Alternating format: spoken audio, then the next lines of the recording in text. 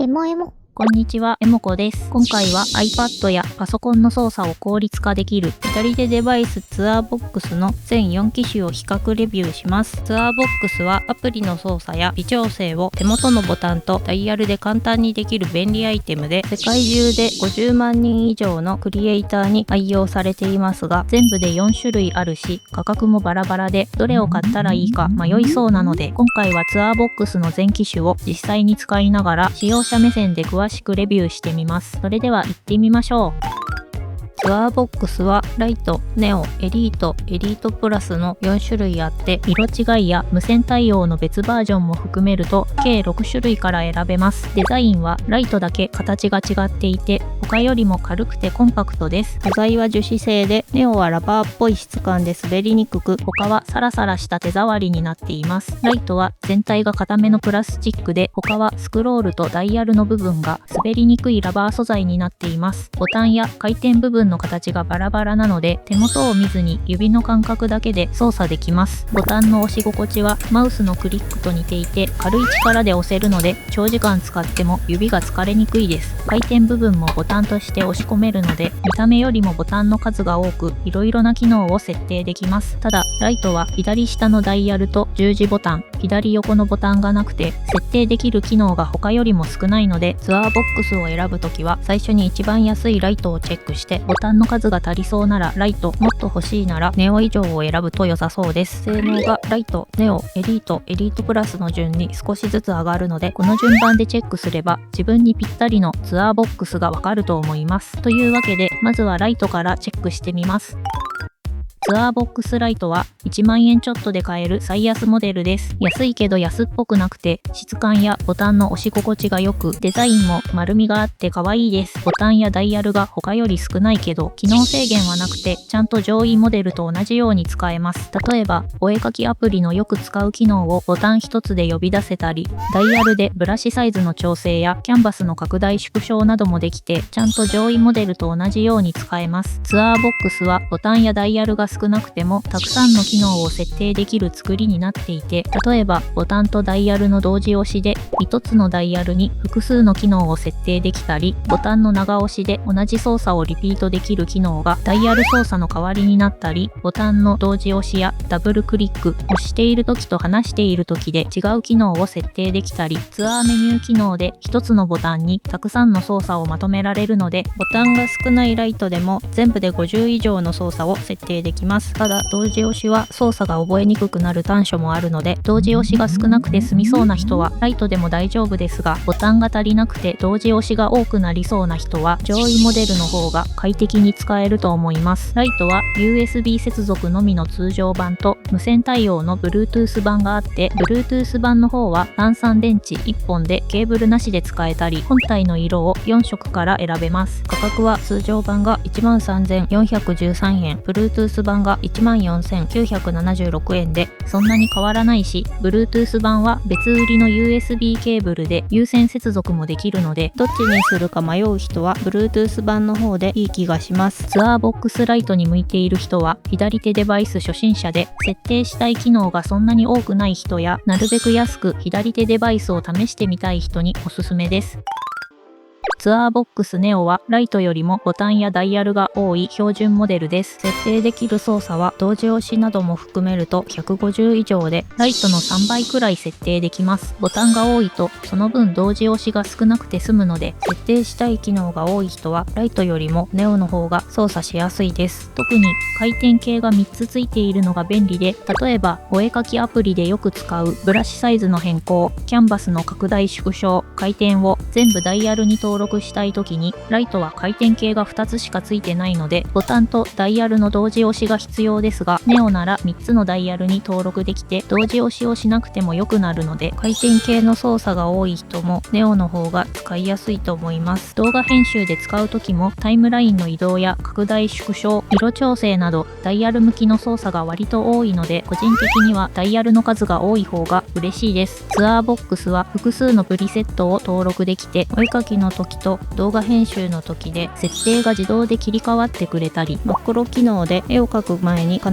ずやる操作、例えばアプリの起動や新規キャンバスの作成などもボタン一つで自動でやってくれて快適です。ボタンやダイヤルが多いと覚えないといけない操作も増えるので、最初のうちは HUD をオンにしてどのボタンに何を設定したか画面に表示しておくと覚えやすいと思います。ネオは色が黒一色で無線接続はできません。価格は 24,980 円でライトより1万円くらい高いので、ライトとネオで迷っている人は最初に自分がよく使う機能や操作を書き出してみて、その数がライトのボタンやダイヤルの数よりもだいぶ多い人はネオを選ぶと良さそうです。ネオに向いている人は設定したい機能が多い人や価格と機能のバランスを重視したい人におすすめです。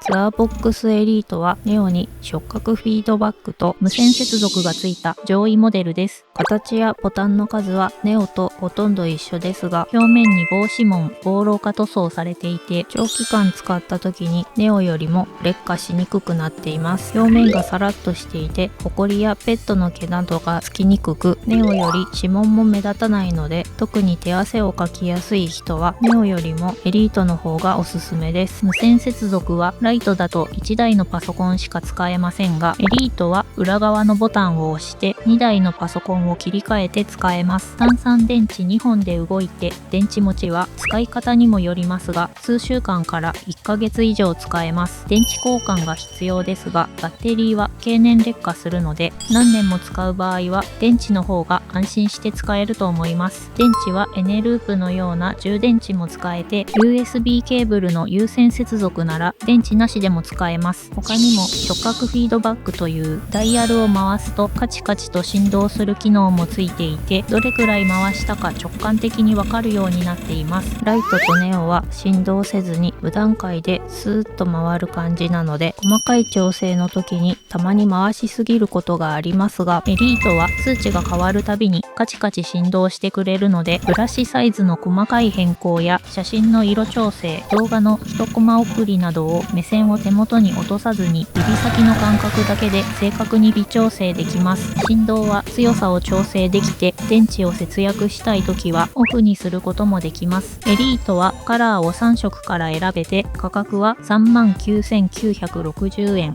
少し前までカラフルな色の限定版もありましたが、こちらはすでに生産終了していて在庫限りです。ネオより 15,000 円くらい高いですが、無線と触覚フィードバックが欲しい人はエリートがおすすめです。あとエリートは経年劣化にも強くて、長く使った時のベタつきが少なく、ネオよりもお手入れが楽なので、何年も使う予定の人もエリートの方が良さそうです。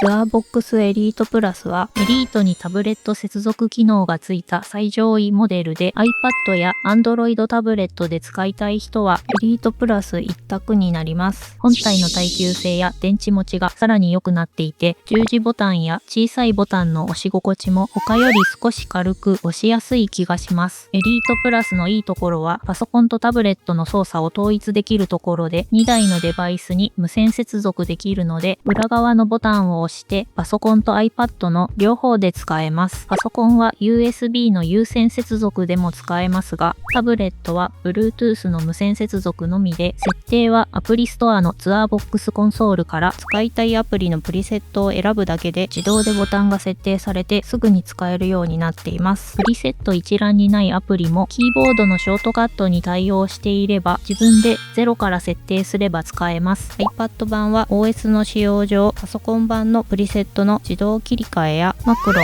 ツアーメニュー、HUD など一部使えない機能がありますが、ブラシサイズの変更やキャンバス操作、AB モードなどよく使う操作はパソコンと同じように使えるので、 iPad とパソコンで操作を統一できるのが嬉しいです。タブレット版には周回モードという便利な機能がついていて、1つのボタンに最大4つの機能を割り当てて、ボタンを押すたびに順番に切り替えられるので、例えばポイト、カラーサークル、ブラシみたいに使う順番で切り替えられて便利です。他にも音量調整やスクリーンショットが撮れたり、iPad 本体の操作も効率化できるようになっています。アプリの無料アップデートで新機能やプリセットが日々追加されていたり、最近色違いのアークティックシリーズが出て5色から選べるようになったので、デスクの雰囲気に合わせて色を選びたい人はエリートプラスがおすすめです。アークティックシリーズは数量限定らしいので、欲しい色がある人は早めの購入をおすすめします。価格は 43,967 円で一番高いけど、パソコンとタブレットの両方で使う人なら1デバイスあたり2万円くらいで使える計算になるので、個人的には妥当かなと思います。逆に iPad や Android タブレットで使わない人はできることがそんなに大きく変わらないので、安いネオやエリートで良さそうです。エリートプラスに向いている人はタブレットで使いたい人や、とにかく一番高性能なのが欲しい人におすすめです。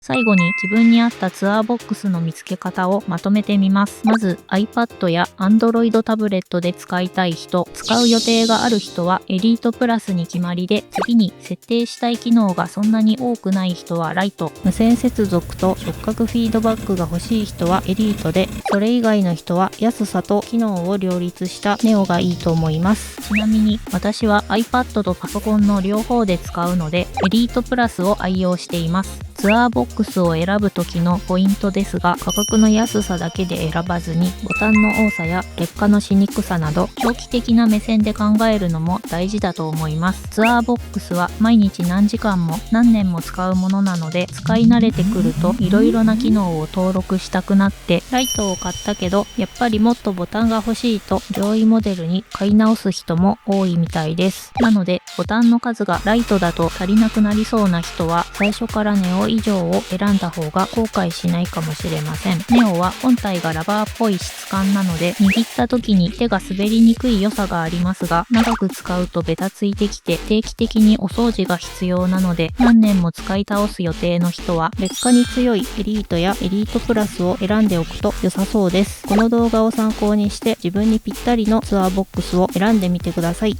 聴者様限定の割引クーポンを動画の概要欄で配布しているので、少しでも安く買いたい人はぜひ使ってください。過去動画で一つずつ詳しくレビューしているので、気になるモデルがあればチェックしてみてください。今回紹介した製品のリンクは動画の概要欄に書いておきます。この動画が参考になったよという人はチャンネル登録や高評価、コメントや配布してもらえると動画を作る励みになるのでよろしくお願いします。ご視聴ありがとうございました。